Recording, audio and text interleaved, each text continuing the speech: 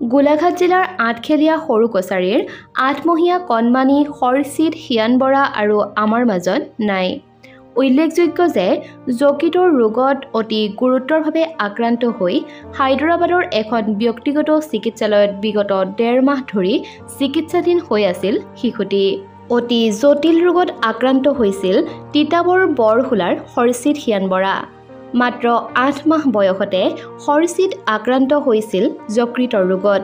শিশুটিৰ আৰোগ্যৰ কাৰণে ৰাজ্যবাসীয়ে প্ৰাৰ্থনা কৰিছিল যদিও হঠাতে মঙলবাৰে দিনৰ ভাগত শেষ নিশ্বাস ত্যাগ কৰিলে শিশুটিয়ে।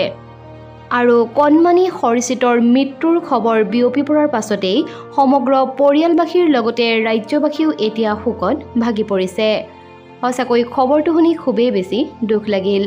আমাৰ এই ভিডিঅ'টিৰ জৰিয়তেও কণমানি 8মহীয়া হৰচিত হিয়ান বৰাৰ বিদেহী আত্মাই যাতে চিৰশান্তি লাভ কৰে তাকেই কামনা কৰিছোঁ।